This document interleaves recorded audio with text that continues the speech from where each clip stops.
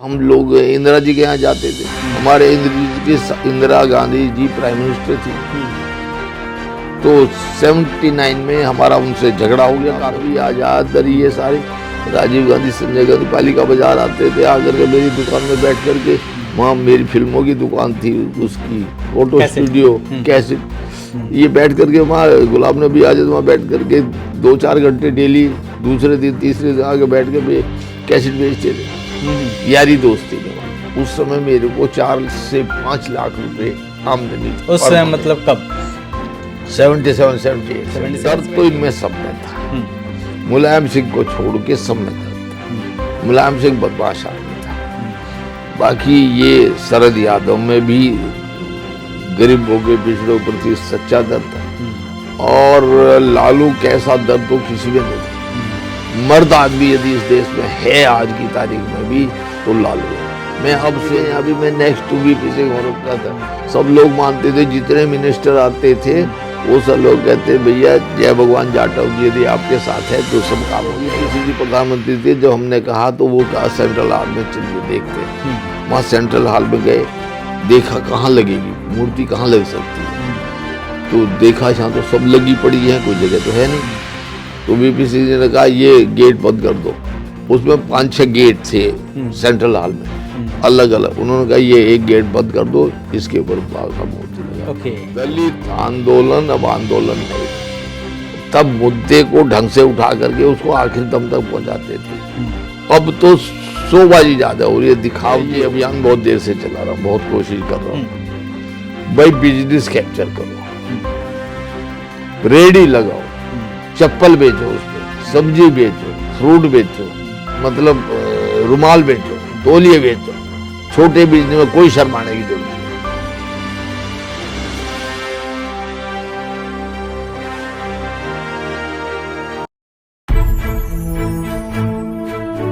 जय भीम, नमस्कार। मैं हूं अशोक दास, आप देख रहे हैं दलित दस्तक। कहानियाँ हर किसी के जीवन का एक हिस्सा होती है और हर किसी के जीवन की जो कहानियाँ होती हैं वो समाज को कुछ ना कुछ देती हैं। हमारे साथ आप जिस शख्स को देख रहे हैं, इनका नाम है जय भगवान जाटव। और जय भगवान जाटव जी दिल्ली के उन गिने चुने शख्स में से एक हैं जिन्होंने दलित राजनीति को, दलित आंदोलन को बढ़ते हुए देखा। और जब वो 30 साल के थे तब से इस आंदोलन के साथ जुड़े हुए हैं। तकरीबन 40 साल 45 साल का अनुभव है इनका राजनीति का, दलित आंदोलन का। मानवर कांशीराम को साइकिल गिफ्ट किया था इन्होंने जब वो आंदोलन में थे। वीपी सिंह जी इस घर में आया करते थे जहां हम लोग बैठे हैं। लड़ाई सड़कों के अलावा कागजों पर किस तरह लड़ी जाती है और किस तरीके से सरकार दलितों, पिछड़ों के साथ धोखा करती है कागजों में, जय भगवान जाटव उसका पर्दाफाश करते हैं। बहुत बहुत शुक्रिया सर आपका, आपने वक्त दिया। तो पहले तो मैं आपके दलित दस्तक का शुक्रगुजार हूँ। मेरी लाइफ लगभग 50 साल हो चुके मेरे को सामाजिक सेवा में। मैं पहले सर्विस में आया था और सर्विस में आने के बाद में फिर मैंने सन 77 में रिजाइन दे दिया नौकरी से। उसके बाद से मैं सीधा बिजनेस कर रहा हूँ और सामाजिक काम में लगा हूँ। सामाजिक काम में तो पहले भी लगे थे, लेकिन तब से और ज़्यादा लग गया क्योंकि गवर्नमेंट सर्विस छोड़ करके काम किया हमने। तो लाइफ बहुत संघर्ष वाली रही है। और ये देखा है जब हमारे समाज में कहीं कोई लोगों की आर्थिक स्थिति ठीक नहीं थी, सामाजिक तो बहुत ही बुरी स्थिति में था समाज तो, लेकिन हम लोगों ने, क्योंकि हम थोड़ा वेल टू डू हो गए थे बिजनेस करके, तो हमने थोड़ा ज़्यादा मेहनत करके ज़्यादा काम किया और जिम्मेवारी को ये समझा कि यदि मैं नहीं करूँगा तो कौन करेगा, क्योंकि मैंने ज़्यादा फायदा उठाया समाज से, इसलिए मेरी ज़्यादा बड़ी ड्यूटी बनती है कि मैं ज़्यादा करूँ, इसलिए मैं लगा हूँ आज तक। जी, किस तरीके का आपका अनुभव रहा? कब आप सामाजिक आंदोलन में सक्रिय हुए हैं, कब आप राजनीतिक आंदोलन में सक्रिय हुए हैं? देखिए, सामाजिक तो हमारा आप दिल्ली के ही हैं? नहीं, रहने वाले हम यूपी, मेरठ डिस्ट्रिक्ट था उस समय। हमारा तेड़ा गांव पड़ता था। हमारे गांव में ही इंटर कॉलेज था, आर्य विद्यालय इंटर कॉलेज कहलाता था। उसके बाद हम लोग वहाँ से करने बाद में फिर बड़ौद जैन कॉलेज में थोड़े पढ़े। उसके बाद हमारी बीच में ही सर्विस लगी तो हम ड्यूटी पे यहाँ किस विभाग में? मेरे को फूड मिनिस्ट्री होती थी, फूड एंड एग्रीकल्चर मिनिस्ट्री होती थी उस समय। बाबू जगजीवन राम जी उस समय मिनिस्टर होते थे। तो उस समय ये 1968 की बात है। मैं 68 में ज्वाइन किया एज ए लैब असिस्टेंट। तो लैब असिस्टेंट वहाँ में 2.5 साल रहे, वहाँ सरप्लस हो गए। फिर दूसरे डिपार्टमेंट हमें इनकम टैक्स डिपार्टमेंट में भेज दिया। इनकम टैक्स में हमने थोड़े दिन नौकरी की, उसके बाद हमने रिजाइन दे दिया और हमने अपना बिजनेस शुरू किया। किस बिजनेस में आए आप? देखिए उसी समय तो हमने पालिका बाजार में रिजर्वेशन कराया, दुकानें अलॉट कराई, एक दुकान हमने भी ली। इसी तरह फिर हमने कोल्ड स्टोरेज भी चलाया और बहुत कई बिजनेस में हमने सब जगह हाथ डाले। कंप्यूटर का चलाया, कंप्यूटर उन दिनों आने शुरू हुए थे। मतलब आप उस दौर में धन्ना सेठ थे अपने समाज के? उस समय तो शायद मेरे बराबर काम करने वाले कम ही कोई लोग रहा होगा, नहीं तो जितनी आमदनी मेरे को तो इतनी शायद किसी को नहीं थी। उस समय मेरे को 4 से 5 लाख रुपए आमदनी उस समय मतलब कब? 77-78 में मंथली 4 से 5 लाख कमाते थे आप? जी। लेकिन मैंने सारा समाज पे ही लगाता रहता था। मैं सामाजिक आंदोलन में दिलचस्पी कब शुरू हुई आपकी? जो अम्बेडकरवादी आंदोलन है, इससे कब जुड़े? नहीं, ये तो हमारा 77 से ही शुरू हो गया, 78 से हो गया। जब हमारे पास कैसे जुड़े?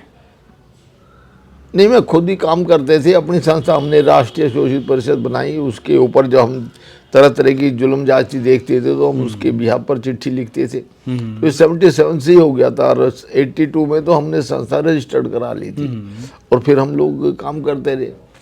और वो काम हम लोग करते आ रहे हैं जो ना तो कोई हमारे समाज में उसको जानता, ना कोई करता और ना कोई उसमें करना चाहता। बातें करते हैं, लिखित का काम लिखित का होता है। यदि सरकार को आपने कोई बात कहनी है तो जब तक लिखित में नहीं जाएगी, वो लेटर के रूप में नहीं जाएगी, तब तक आपकी बात को कौन जाने। मतलब आप ये कह रहे हैं कि आज के वक्त में जिस तरीके से हम लोग लगातार हर दिन आंदोलन हो रहे हैं, हर दिन कहीं ना कहीं लोग सड़कों पे उतर रहे हैं, धरना प्रदर्शन कर रहे हैं, इससे ज़्यादा कागजों पे काम करना ज़रूरी है? बहुत जरूरी है। आंदोलन किया, किस बात को लेके किया, यदि आपने उसको लिख के सरकार को नहीं भेजा कि भाई हमने आपको ये आंदोलन हमारी मांगे क्या है, हमारी मांगे ये हैं और इनको आप पूरा करिए, तब तक वो आंदोलन का क्या फायदा। वो तो ऐसे आंदोलन करते रहते, जाते रहते गवर्नमेंट के यहाँ तो। लेकिन जो आपने लिखा वो कहीं ना कहीं फाइल पे जाके लगेगा, उसके ऊपर कोई ना कोई कार्रवाई होगी। ये अलग बात है कि आज की तारीख में नहीं हो रहा कुछ। ये जब से ये सरकार आई है तब से कोई लिखा पढ़ी का, लेकिन वो फाइलें अगर रहेंगी तो किसी को काम करना होगा तो उसके आधार पे काम बात आगे बढ़ सकती है। फाइलें तो इस तरह की हैं, यदि रिसर्च करने लगे तो पहले ऑलरेडी अब से 20 साल पहले यहाँ मेरे पास 3 आदमी आके रिसर्च करके गए मेरी फाइलों की। और वो 2 अमेरिकन थे, एक इंग्लैंड से आया था और शेड्यूल कास्ट के ऊपर स्टडी थी उनकी। तो मेरे यहीं से इतना मटेरियल ले गए, वो गए, उन्हें कहीं जरूरत नहीं पड़ी। वो गए, वेरीफाई किया, उन्होंने पीएचडी किया। वो वहाँ से आए थे कि दलितों के ऊपर पीएचडी करनी है, तो यहाँ से मेरे यहाँ से लेके गए। तो सर आपको क्यों, जैसे आप लगातार फाइलों की बात कर रहे हैं, अभी आपकी सेहत ठीक नहीं है तो इसलिए हम आपके दफ्तर में नहीं चल सकते हैं, लेकिन फाइलों का अंबार मैंने देखा है वहाँ पे। ये सरकारी जो आपका मानना रहा है कि जो भी काम है जब तक उसको पेपर वर्क में ना किया जाए तब तक वो कहीं ना कहीं उसको उसका फ़ायदा नहीं मिलता। और तमाम योजनाएं सरकार कागजों में ही बनाती हैं और तमाम योजनाएं ऐसी भी हैं जिसका लाभ दलितों को मिल नहीं पाता, दलितों को पता भी नहीं है कि उनके लिए क्या क्या योजनाएं हैं। बिल्कुल, इसको कैसे देखते हैं? एक्चुअली क्या है, ना तो हमारे समाज में लोगों में ये लगन है कि लोगों को बताया जाए। जितनी योजना पहले तो उनको खुद को नहीं मालूम, और जिनको मालूम है थोड़ा बहुत वो आगे बताते नहीं है, इसलिए समाज में अनभिज्ञता है। मैंने अब से 5-6 साल पहले योजना थी एक नेशनल ओवरसीज स्कॉलरशिप स्कीम जी। तो नेशनल ओवरसीज स्कॉलरशिप के बारे में मैंने कहा लोगों को नहीं, क्योंकि पहले ये योजना मैंने बनवाई थी कि बाहर विदेश बाबा साहब ने आदमी भेज दे पढ़ने, तो हमें आज भी जाने चाहिए। तो सबसे पहले 20 आदमी जाने का तय हुआ। मैंने योजना बनाई, पहले मैं चिट्ठी लिखी, भाई लोगों को बाहर विदेश में पढ़ाया जाए, बाहर विदेश पढ़ाया जाए। तो 20 की योजना बन गई, फिर 30 की बनी, 30 से 60 बनी, 60 के 100 बने। आज 130 बच्चे नेशनल ओवरसीज स्कॉलरशिप के अंतर्गत बाहर विदेश पढ़ने हैं। किसी भी कंट्री में आप ले लें एडमिशन, पूरा खर्चा उस यूनिवर्सिटी की जो भी फीस होगी जी, चाहे वो 80 लाख हो, चाहे वो 20 लाख हो जी, चाहे जितनी भी फीस होगी वो सारी पे होगी, गवर्नमेंट की तरफ से पूरी उसका इंतजाम है। कौन कौन सी और योजनाएं हैं जिसके बारे में लोगों को पता होना चाहिए लेकिन उसके बारे में आज भी जागरूकता नहीं है, जिसका फायदा समाज को मिल सकता है?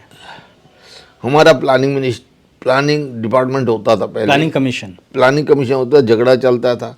हमारे पास में 62 फाइल प्लानिंग कमीशन की है। हमारे पास में डीडीए है, 42 फाइल डीडीए की है।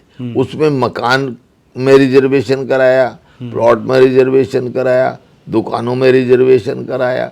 इस तरह उसमें रिजर्वेशन करा के भाई हमको भी तो मिलने चाहिए। तो उसकी बार बार स्कीम वो कभी कुछ बदल देते हैं, कभी कुछ बदल देते हैं, कभी कुछ, अपनी मर्जी से वहाँ लोग करते रहते हैं। लेकिन उन स्कीम को ठीक कराना दोबारा से कि भाई ये नहीं, ये होना चाहिए। तो मेरे साथ ये एक फायदा रहता था, मेरा संबंध मंत्रियों से, मेरा संबंध एमपी से एट ए टाइम इतना होता था संपर्क मेरा एमपीओ से कि लोग मेरे पे विश्वास करते थे। नेशनल ओवरसीज स्कॉलरशिप की बात जो मैं कर रहा था, मैंने पूरे देश को चिट्ठी लिखी, भाई सब लोग हर स्टेट भेजे। तो मध्य प्रदेश में है, उन्होंने 50 आदमियों की बना दी स्कीम जो सेंट्रल गवर्नमेंट की है। महाराष्ट्र गवर्नमेंट ने बनाई, महाराष्ट्र गवर्नमेंट ने कुछ अदल बदल करके उन्होंने भी बना दी। नेशनल स्कीम था वो दिल्ली में बनवाया, दिल्ली में बनवाई, दिल्ली में इतनी गंदी स्कीम बना रखी है, उसको मैं ठीक कराने के लिए अब जा उसकी कार्रवाई कर रहा हूँ। ऐसे ही हर स्टेट में ये कई 50 बच्चे, कई 100 बच्चे ऐसे भेजे जा रहे हैं। अब मैंने स्कीम बनवाई है कि भाई पायलट बनने हैं हमारे। कोई भी आदमी, इतनी फीस लगती है कि पायलट नहीं बन सकते। योजना क्या है, उसका लाभ कैसे ले सकता है समाज? उसका लाभ ये ले सकते हैं कि ये मिनिस्ट्री ऑफ सोशल जस्टिस में पायलट की कॉमर्शियल पायलट लाइसेंस के लिए होता है। उसके लिए अप्लाई करना पड़ेगा आपको। और वो ट्रेनिंग गवर्नमेंट कराएगी फ्री? वो ट्रेनिंग कराएगी। उसने अपने इंस्टीट्यूट दे दिए हैं, 28 इंस्टीट्यूट इस समय है, जिनमें ज़्यादातर गवर्नमेंट के, कुछ प्राइवेट भी है। लेकिन उसमें दिक्कत क्या आ रही है, वो 4-4 साल लगा देते। 200 घंटे की ट्रेनिंग होती है, 200 घंटे की ट्रेनिंग देने में 4 साल लगा देते। अब 35 से 38 लाख रुपए लग रहे थे CPL लाइसेंस के, और 35 लाख फिर वो टेप रेटिंग पे लगने लगी। लगभग 70-75 लाख रुपए ट्रेनिंग में लगते हैं। तो ऐसे 60 बच्चों को आज की तारीख में ट्रेनिंग दी जाती है। और पैसे नहीं लगते उनको, कोई पैसा नहीं लगे। ये एक बड़ा फायदा है जिसके बारे में समाज को जानना चाहिए। हाँ, जानना चाहिए। आपने VP सिंह का जिक्र किया, राजनीतिक तौर पे भी आप काफी सक्रिय रहे समाज के। आपने जनता दल से चुनाव भी लड़ा था। जी। पॉलिटिकली कब एक्टिव हुए हैं आप, और सोशल मूवमेंट से पॉलिटिकल मूवमेंट की तरफ जो आप शिफ्ट हुए हैं उसकी वजह क्या रही? नहीं, ये सोशल काम करते करते करवाते रहने के लिए हम बार बार टाइम मांगते रहे ना। कभी मिनिस्टर मांगते थे, कभी हम लोग इंदिरा जी के यहाँ जाते थे। हमारे इंदिरा गांधी जी प्राइम मिनिस्टर थी। तो 79 में हमारा उनसे झगड़ा हो गया काफी। झगड़ा इस बात का हो गया कि जो गरीब आदमी थे वे तो कोठी के बाहर बैठे बेचारे, 150-200 आदमी बैठे थे। मैं गया था, मैं भी खुद मिलने, तो पता लगा ये तो सब गरीब आदमी ऐसे ही बैठते चले जाते हैं, कोई मिलता ही नहीं है इनसे। और अंदर जो बढ़िया बढ़िया कपड़े पहन कर जो सूट बूट वाले जाते हैं, वो अपना मिल करके सब जाते हैं। तो मैं अंदर किसी तरह से सिक्योरिटी वाले को सेट करके मैं अंदर मैं भी चला गया। सेट करके मतलब सेट जानते सिक्योरिटी। तो मैं अंदर चला गया।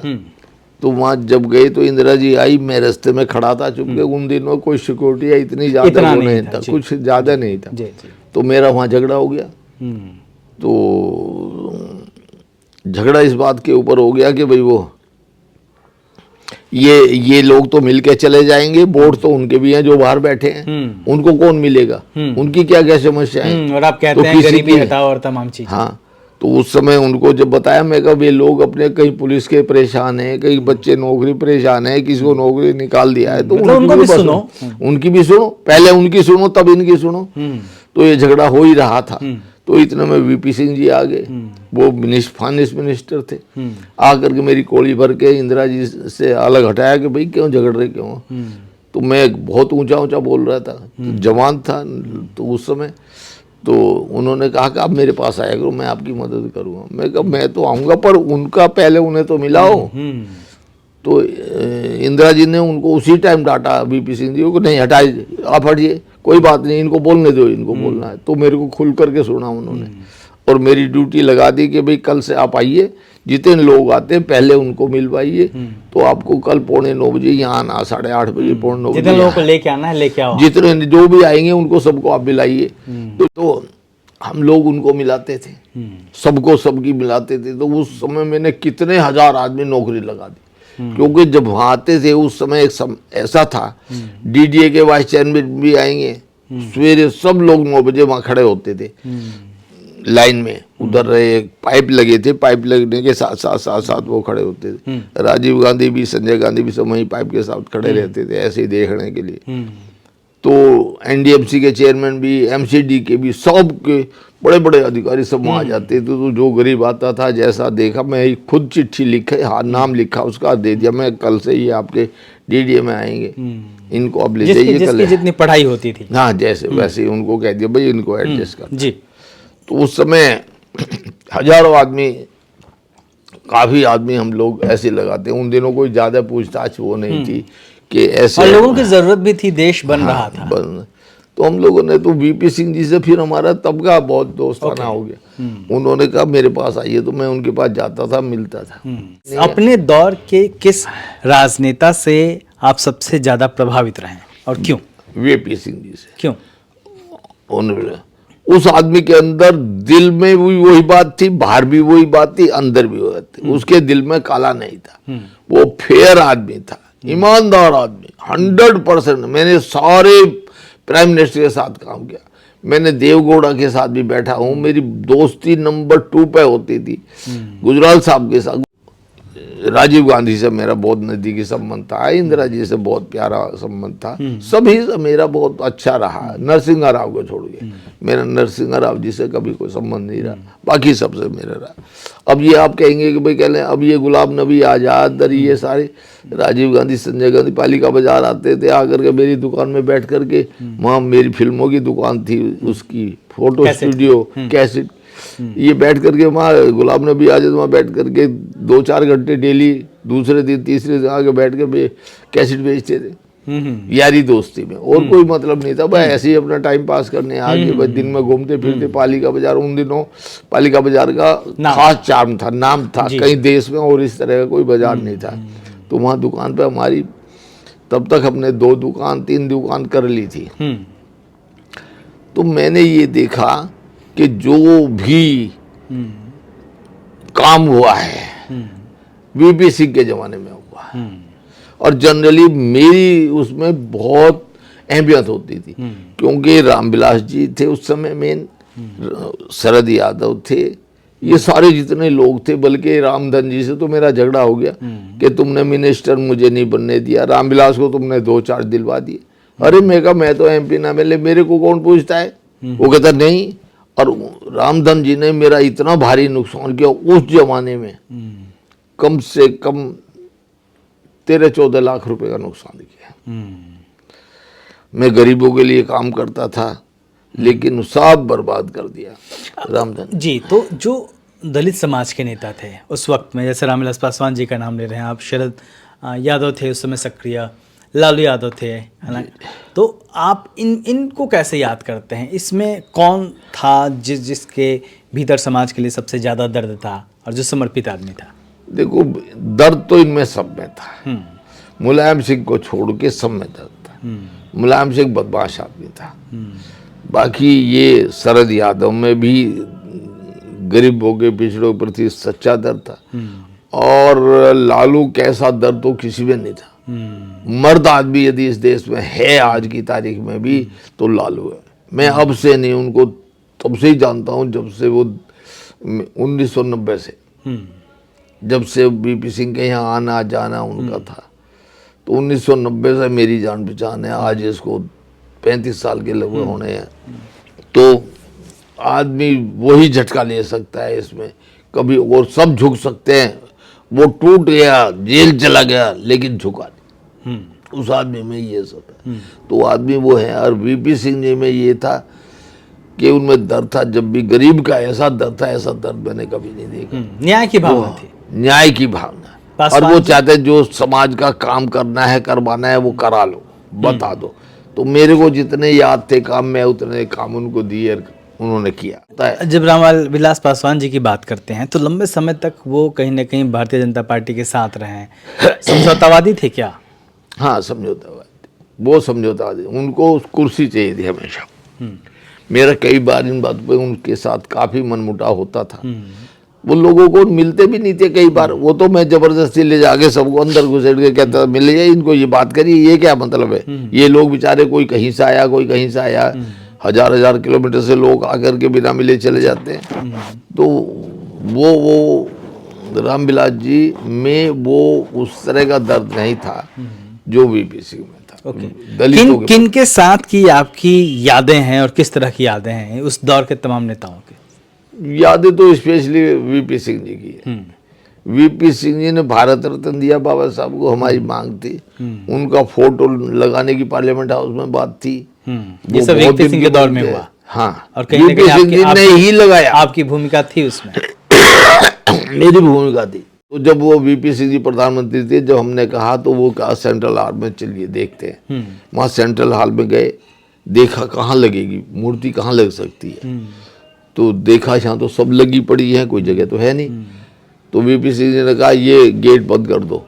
उसमें 5-6 गेट थे सेंट्रल हॉल में, अलग अलग। उन्होंने कहा ये एक गेट बंद कर दो, इसके ऊपर बाबा साहब मूर्ति लगा। ओके। बात खत्म होगी। तो एक गेट परमानेंट बंद हुआ। परमानेंट बंद कर दिया, प्लस्तर किया, सारा काम करने के बाद में उस पे बाबा साहब की मूर्ति लगा दी। और आज जो ये भाजपा जो कर रही है, ये नया हाउस बनाया, ये इसलिए बनाया कि वहाँ जो मूर्तियाँ लगी हैं सब कांग्रेसियों की या भाजपा उनकी, बाबा साहब जो तमाम या दिग्गज दूसरे- नेता थे, हाँ, जिसमें समाजवादी भी उनका- थे। उनको नहीं दिखाना बताना चाहते, इसलिए नया भवन बनाया कि हमारी मूर्ति लगेगी, हम लोग इसका देखें। भाजपा और संघ दलितों के लिए, वंचितों के लिए अच्छे हैं, बुरे हैं? एक नंबर के दुश्मन हैं। क्यों? इसलिए हैं, उनके बाप दादाओं ने या उनके जो पुराने वो रहे हैं, उन्होंने ये कहा कि देश को जितना गरीब रखो उतनी तुम्हारी सेवा करेंगे। अमीर और गरीब का अंतर बढ़ाने की बात उनके नेता कह गए, चाहे गोलवलकर हो या कोई हो, उसको वो पूरा करे। तो गरीब को इस तरह का बना रहे हैं कि ये भिखारी बने रहे और तुम्हारे हाथ जोड़ते रहे, वोट देते रहे। अमीर को अमीर इसलिए बना रहे कि वो उनको मदद करेंगे, हर तरह का देंगे, सत्ता पे वो काबिज रहेंगे। और जो अभी ला रहे हैं, अभी जो ये प्रोग्राम बना रहे हैं कि संविधान को खत्म करके देंगे, खत्म कर देंगे हिंदू राष्ट्र, ये अप्लाई तो करके देखो ना, देश गृह युद्ध में झुलस जाएगा। हम लोग किसी मरने मर जाएंगे, लेकिन हम लोग ये सब किसी तरह बर्दाश्त नहीं करेंगे। और जो अम्बेडकरवादी है, जो झगड़ा होना है, वो अम्बेडकरवादियों में आरएसएस में होना है। 10 साल का शासन रहा है अभी भारतीय जनता पार्टी का, जो लगातार 10 साल तो हो ही गए ऑलमोस्ट। इसको आप कैसे देखते हैं? सबसे बुरा काल, किसके लिए? वर्स्ट काल गरीबों के लिए, दलितों के लिए, पिछड़ों के लिए, जो इस देश के सबसे नीचे लेवल पे पायदान पे खड़े, उनके क्यों लिए। सर? क्यों? इसलिए है क्योंकि जो योजनाएं थी वो भी खत्म कर दी। जैसे ये बच्चों के स्कॉलरशिप की बात है। स्कॉलरशिप की बात है, और दूसरे जितनी भी स्कीमें थी सब पे ग्रहण लग गया, सब बदल दिया, सब ऐसे ही बना दिए हैं, उसका फायदा नहीं ले सकते। जो भी स्कीमें चल रही थी जी। वो सब में काट छांट करके उनके किन नाम स्कीमों बदल- का जिक्र करना चाहेंगे आप, जिसमें इस सरकार ने भाई लोन की स्कीम है। जी। आज किसी भी स्टेट में किसी जगह भी जो यहाँ से फंड जाता था सारा बंद कर दिया इन्होंने 10 साल से। अब वो फंड नहीं जाएगा तो वो लोन कैसे किसी को मिलेगा? फिर उसकी टर्म्स कंडीशन ऐसी हैं, हम मंत्रालय को, सोशल जस्टिस मिनिस्ट्री में, मंत्रालय में गाइडलाइन बनती है, वो गाइडलाइन यदि स्टेट को जाए तभी तो होता है। हमने कहा प्रधानमंत्री ने योजना बनाई कि स्टार्टअप, वहाँ यदि जनरल कैटेगरी को लोन लेना हो तो स्टैंडअप योजना है, वहाँ कोई इनकम क्राइटेरिया नहीं है, वहाँ लोन की सीमा 1 करोड़ रुपए तक है, गारंटी देनी नहीं है, गारंटी वहाँ सिड भी देती है, गारंटी उसके थ्रू जाती है।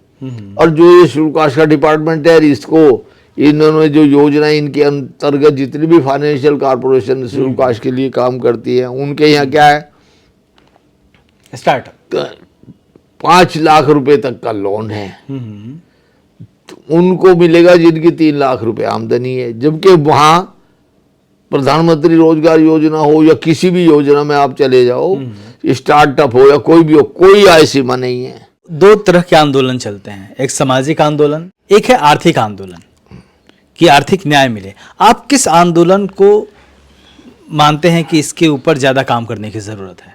आर्थिक आंदोलन, यदि स्थिति मजबूत होगी तो अत्याचार भी बहुत कम हो जाएंगे।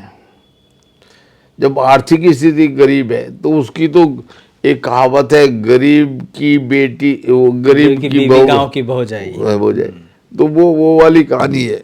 यदि मैं यहाँ बैठा हूँ, मेरे ऊपर किस तरह कोई आदमी हाथ उठा के देखे, मैं ऐसी बस्ती में बैठा हूँ, यहाँ हमारा एक कोई घर नहीं दलित का, मैं यहाँ बैठा हूँ, लेकिन किसकी हिम्मत है आते के साथ ही कोई भी गड़बड़ करने की कोशिश करे, मैं उसको भून के रख दो, 6 गोली 1 मिनट में उतारूंगा उसके अंदर। ज्ञानसुधा मिश्रा सुप्रीम कोर्ट की जस्टिस थे, और यू ललित थे जो अभी रिटायर हुए हैं थोड़े, वो भी निर्भया कांड के समय स्टेटमेंट आई थी, बात हुई थी, लोगों ने पूछा कि भाई दलितों के ऊपर इतने अत्याचार है और उसका क्या इलाज है। तो इन दोनों ने ये कहा था कि जो एट्रोसिटीज एक्ट है हमारे यहाँ, ये कानून में ये प्रावधान करना चाहिए कि जहां अत्याचार हुआ है शुल्काश के ऊपर, वहां जुडिशियल अफसर जाए और अपने साथ वो शासन प्रशासन के बड़े अधिकारी लेके जाए और वहीं मौके पर बयान ले ले। जो बयान लिए जाए वो that will be the final. उसके बाद दोबारा बयान के लिए कोर्ट में ना बुलाया जाए, ना केस लड़ा जाए, और 1 साल के अंदर अंदर फैसला आ जाना चाहिए, तो ये अत्याचार बंद हो जाए। आंदोलन जो है, दलित आंदोलन, आप तकरीबन 4.5-5 दशक से देख रहे हैं, उसका हिस्सा रहे हैं जी। कितना बदला है वो तब से अब तक के दलित आंदोलन के बारे में मैं आपसे पूछूं तो आप उसको किस तरीके से परिभाषित करेंगे? दलित आंदोलन अब आंदोलन नहीं, तब मुद्दे को ढंग से उठा करके उसको आखिर दम तक पहुंचाते थे। अब तो शोबाजी ज्यादा हो रही है, दिखावटी हो रहा है। ये लोगों को किस तरीके से वोट करना चाहिए, सोचना चाहिए?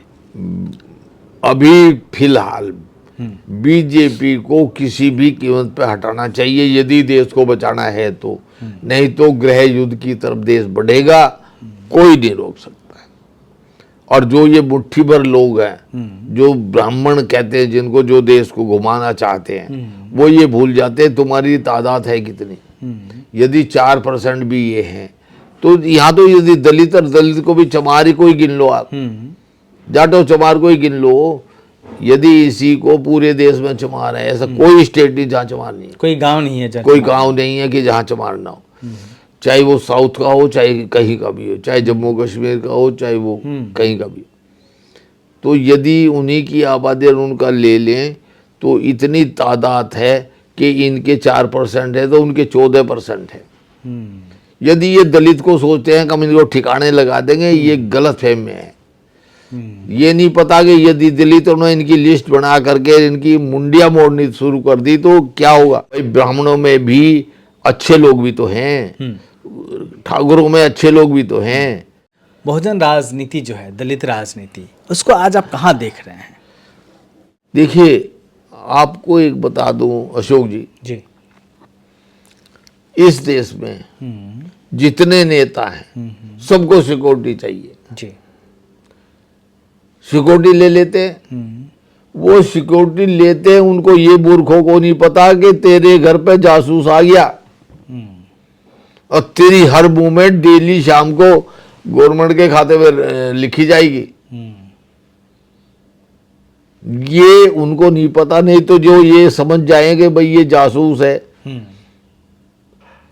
तो कभी ना कहेंगे मुझे सिक्योरिटी चाहिए, और उनके पास उसकी सवेरे से शाम तक की दिनचर्या और कहाँ से पैसे आ रहे, कौन दे के जा रहा, सब उनके पास होता है। वो बिल्कुल जासूसी का काम करते हैं, पता भी नहीं लग देते, सारी नोट होती है। मायावती उसी में तो फंसी हुई है। मायावती के पास जो सारी रिपोर्टें, सारी फाइलें हैं, उनके पास यहाँ तक पता है कि इसके पास धन कहाँ है, कहाँ लगा है। क्योंकि वो जो जासूस हैं, जिनको ये कहते हैं मेरी सिक्योरिटी में आगे पीछे चलते, वे सिक्योरिटी तो करते हैं, एक अलग बात है, लेकिन वो जासूसी करते हैं। और सारी रिपोर्ट सबकी, सभी का ये हाल है, कोई भी हो। अच्छा, कांशीराम जी को काम करते देखा है आपने, उनके शुरुआती दिनों को देखा है आपने जी। उनको कैसे याद करते हैं, उनके साथ की क्या यादें हैं, क्या मिलके किया आप लोगों ने? वो आदमी भी ईमानदार मेहनती आदमी था जी।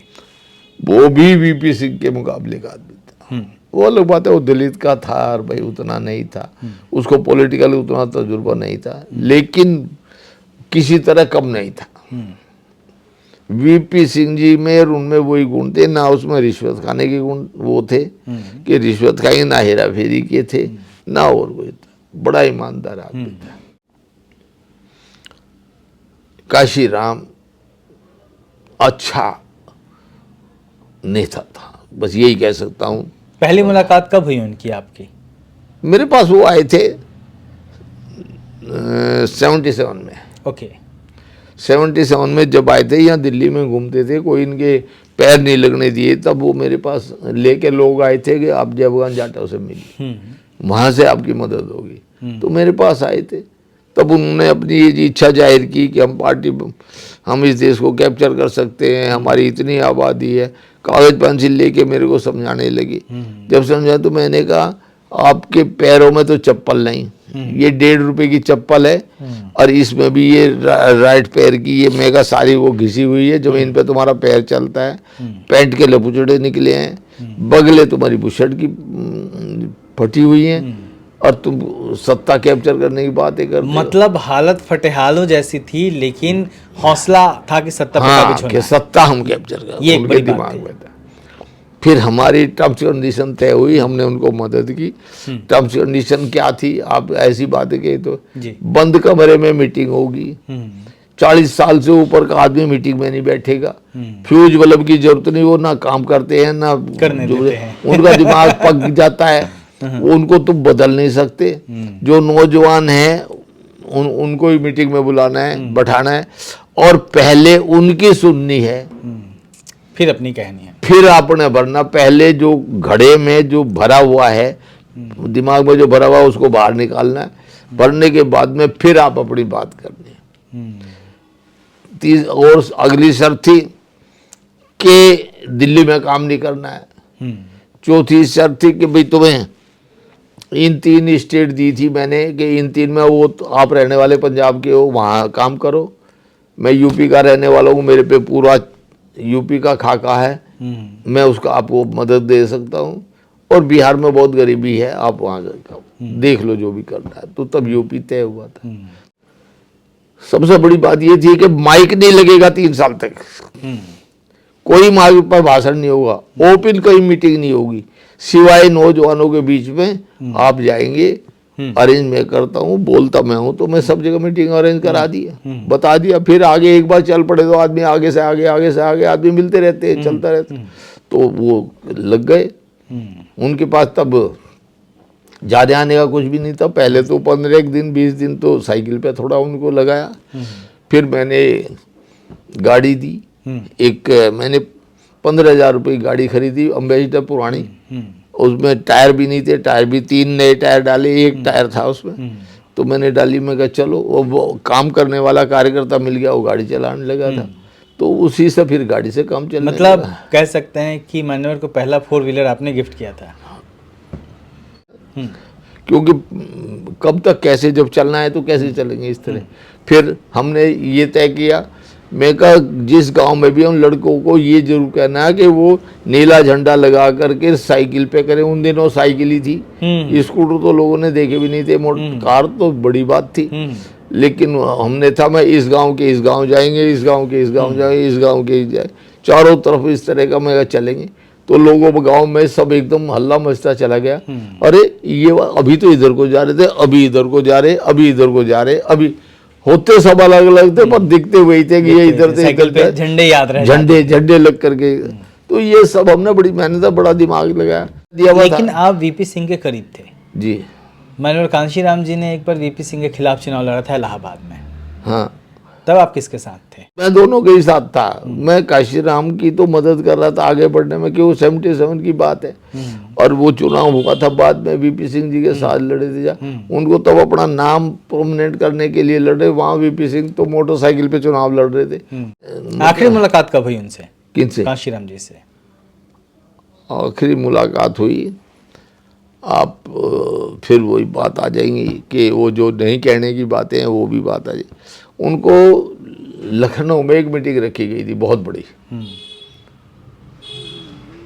वो हुआ ये था, मायावती यहाँ जगह जगह मीटिंग कर रही थी, दिल्ली में चुनाव था, तो यहाँ पर जहाँ ये सब जगह उसने मीटिंग में ये बोला कि जय भगवान जाटव को मैं 4-5 साल से बुला रही हूँ कि आ जाए मेरे साथ आ जाए, तो वो आता नहीं है।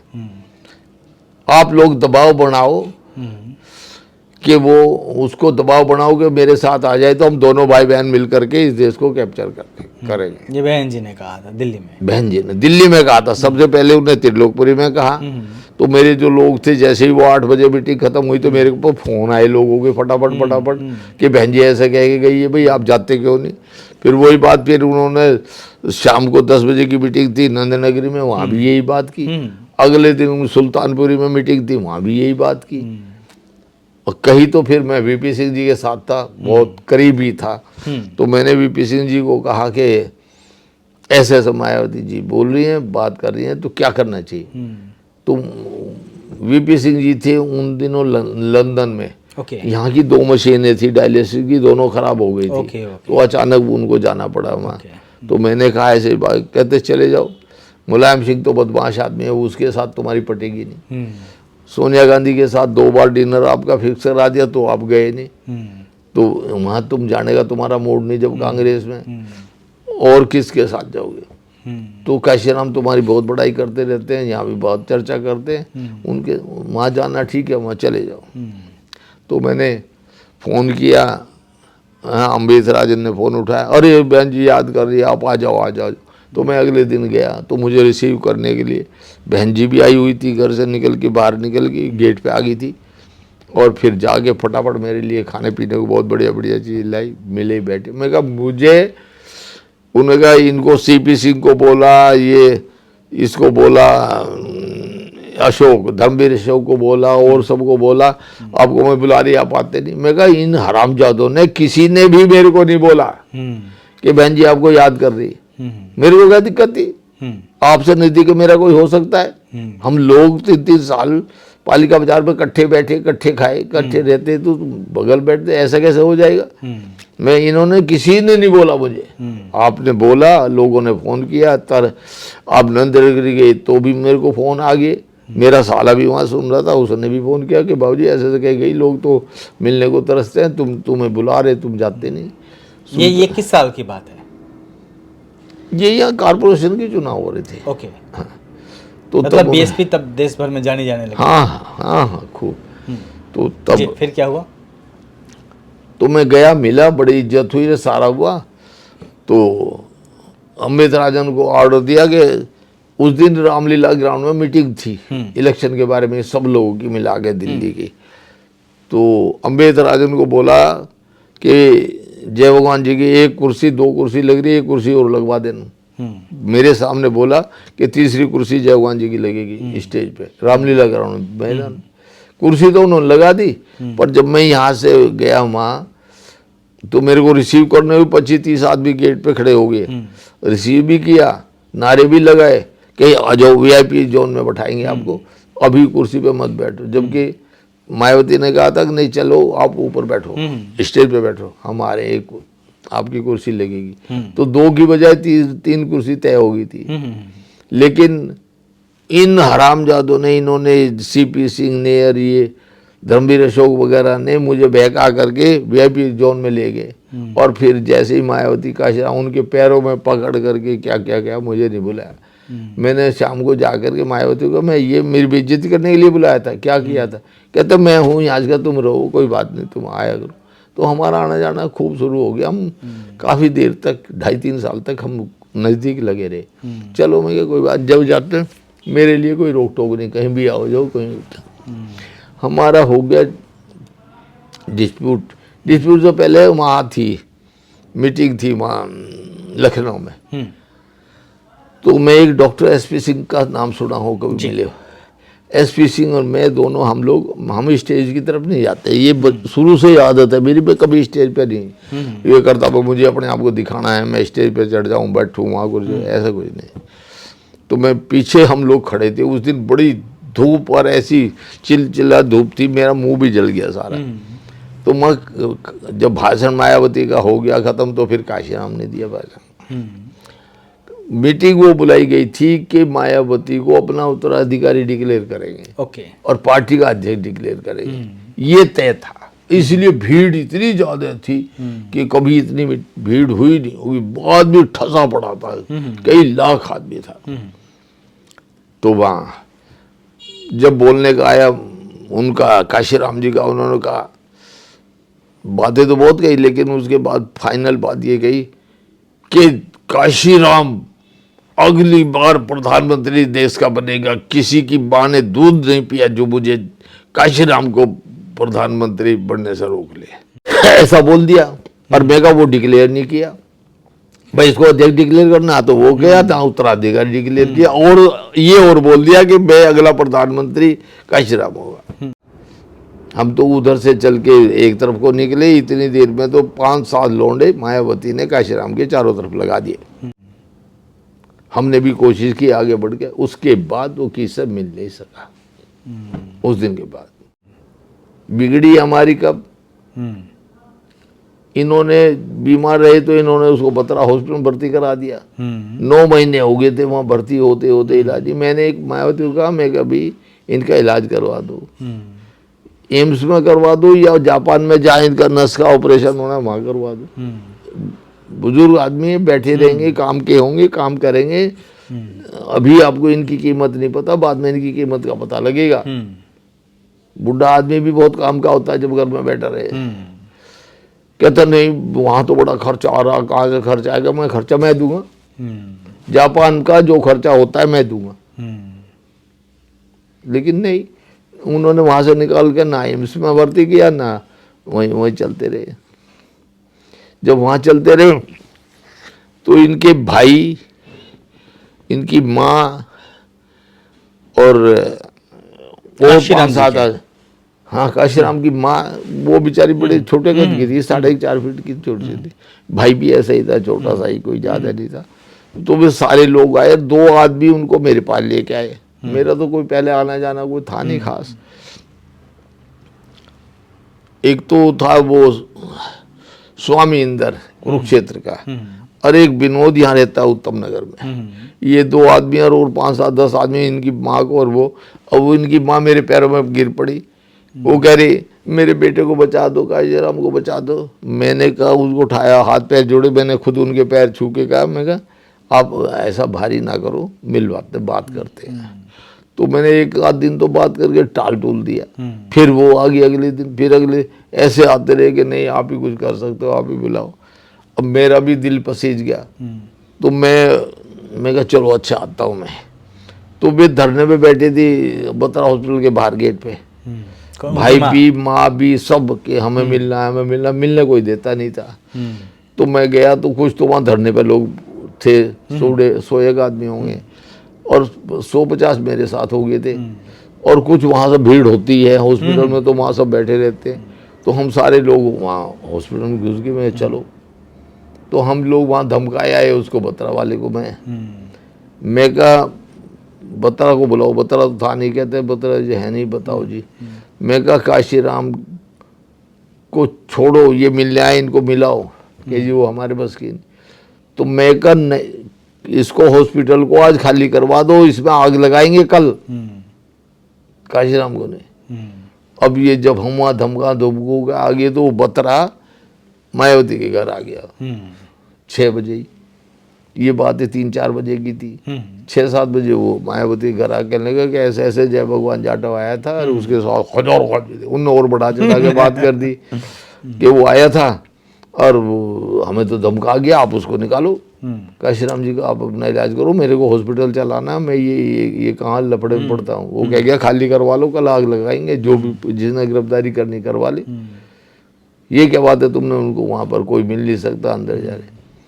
मायावती 2:30 बजे रात को उसको निकाल लाई। माँ बाप और माँ भी और भाई भी और सब बैठे रह गए बात वहाँ धरने पे सोते।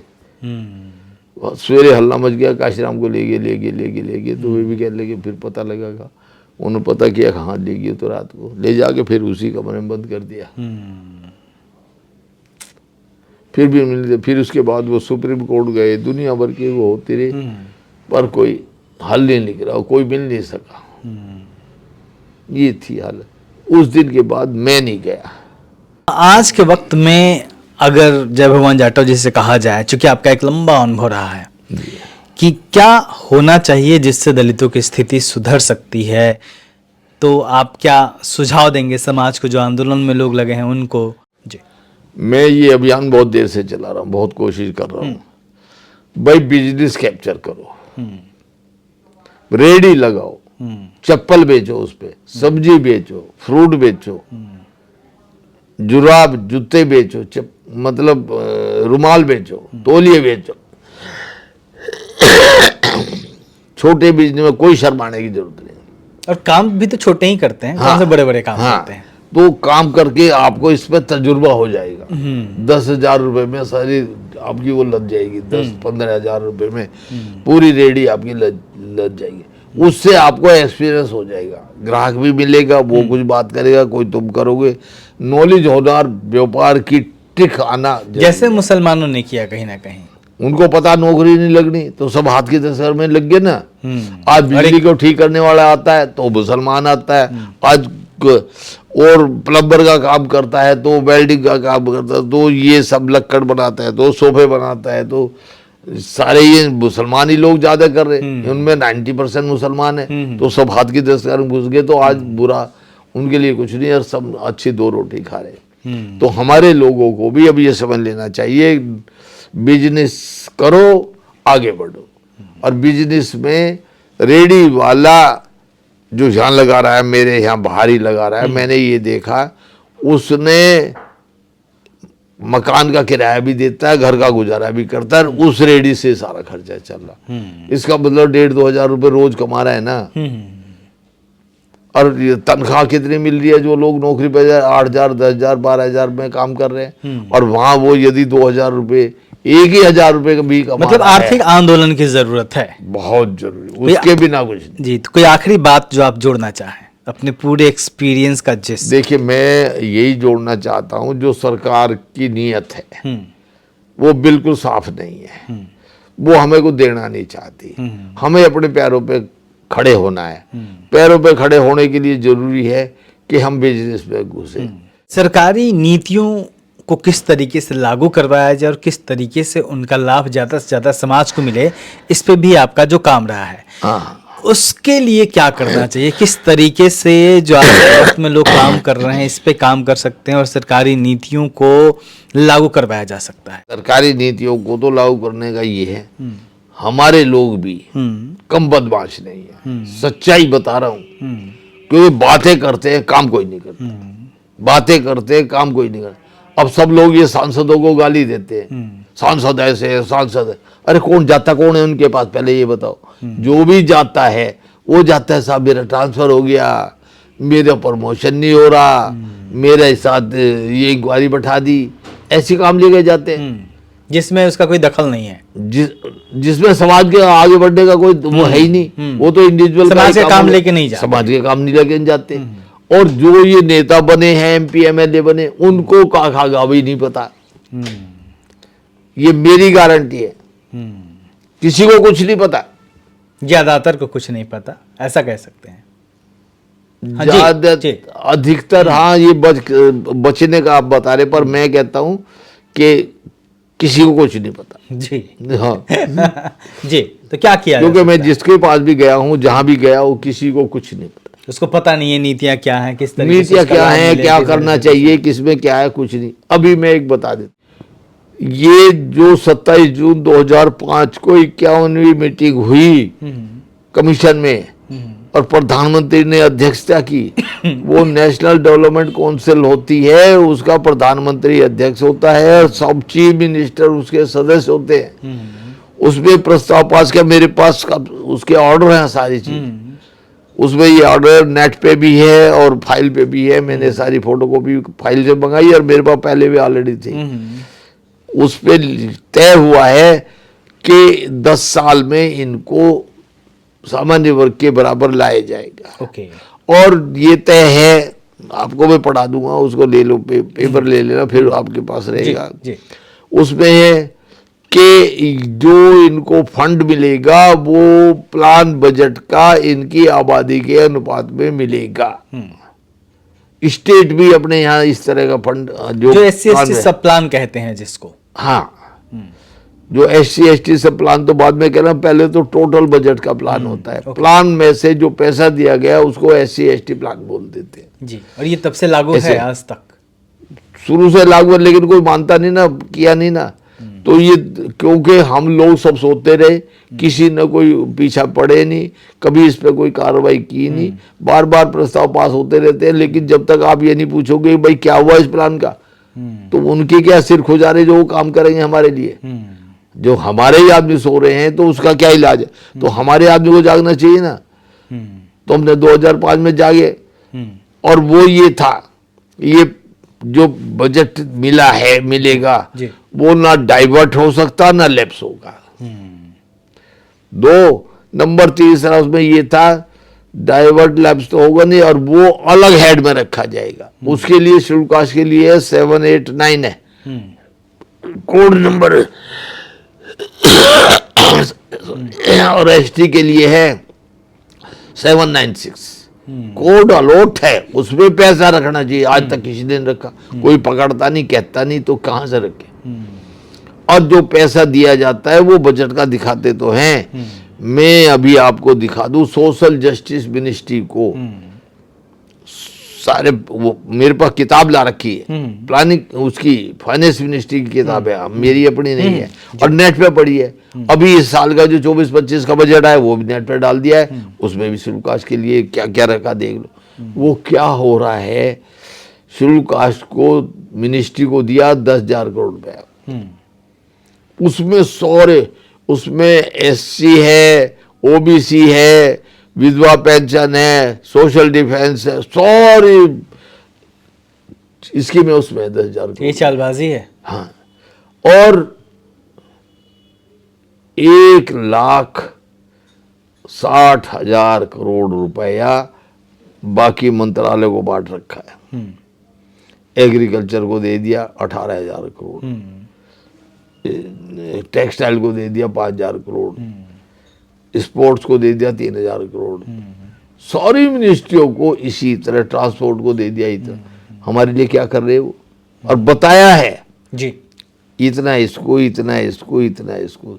3 साल का उसमें पूरा वो दिया है कि 21-22 महीना, 22-23 महीना, 23-24 महीना। तो इन सब जो तमाम इस तरह वो के सारा पैसा जा रहा, कोई आदमी हमारे समाज का भी जो आदमी पढ़ा लिखा, जिसको हम कहते हैं काम करे, वो भी यदि काम करता तो इतना पैसा यदि हमारे समाज के ऊपर खर्चा जाए तो कितना काम हो।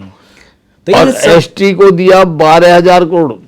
तो इन सब जो योजनाएं हैं उसको पकड़ने की ज़रूरत है, और जो सचमुच में आंदोलन चला रहे हैं, जो कहते हैं कि हम सामाजिक आंदोलन के लिए काम कर रहे हैं, सोशल मूवमेंट कर रहे हैं, उनको ज़रूरत है कि वो लोग इस तरह के मुद्दे को पकड़े और उस पर आंदोलन करें। कोई सुनने को तैयार नहीं। मैंने अभी हमारे एक जूम मीटिंग है, पोर्टल पे हम चलते हैं जूम मीटिंग पे, मैं वहाँ कितनों बार कहता हूँ भाई तुम तो सारे डॉक्टर हो, इंजीनियर हो, पढ़े लिखे हो, जरा इसको किताब में से और वो नेट पे निकाल करके इसको पढ़ तो लो ना, इसका क्या करना है, ये पैसा इतना जा रहा। 1,60,000 करोड़ रुपया SC का, 1,20,000 करोड़ रुपये ST का जो रखा गया है, उसमें 1 रुपया नहीं मिलता। और उन्हें दिखा रखा है, बता रखा सब चीज का, हर विभाग को दिया है। जी जी जी। ये उनको बोलते हैं सारा स्टेटमेंट डिटेल 10 सारा डिटेल है ए, उसमें। हाँ, जी स्टेट 10A लगाओ, अभी इस पे निकाल जी, लो, अब जी, फोन के जी, ऊपर जी, स्टेटमेंट जी, 10A निकाल लो, डिमांड 1 2 इतना निकाल लो, सारी चीज आ जाएगी, टोटल आ जाएगा, पता है इसमें जी। इस तो साल सर, का भी आ गया, जी, सारा आ गया। तो मैंने पूछा कि जय भगवान जाटव का जो अपना एक्सपीरियंस है इतने सालों का, उसके बिना पे आप समाज को क्या संदेश देना चाहेंगे, क्या कहना चाहेंगे? मेरा ये कहना है कि जितनी भी सोशल ऑर्गेनाइजेशन है जी, कैमरा में वो एक्टिव हो जाए और वो काम करे समाज के लिए, और काम सीखे, करते करते करते सीखा जाता है, एकदम किसी को नहीं आएगा, पर समस्या से शुरू करे जुड़ना, वो करे। जी हाँ, बहुत बहुत शुक्रिया जय भगवान जाटव जी। तो सामाजिक आंदोलन में सड़क पे लड़ना जरूरी है, लेकिन सड़क के अलावा कागजों में भी लड़ना जरूरी है, और कहीं ना कहीं जो सरकारी नीतियां बनती है उनमें आपके लिए कौन सी योजनाएं हैं और उन योजनाओं का इम्प्लीमेंटेशन आपके लिए कितना हुआ है और कितना नहीं हो रहा है, इस सवाल पे सरकारों की, चाहे वो केंद्र सरकार हो चाहे राज्य सरकार हो, उसकी गर्दन पकड़नी भी ज़रूरी है। कहीं ना कहीं यह एक बड़ा कदम होगा।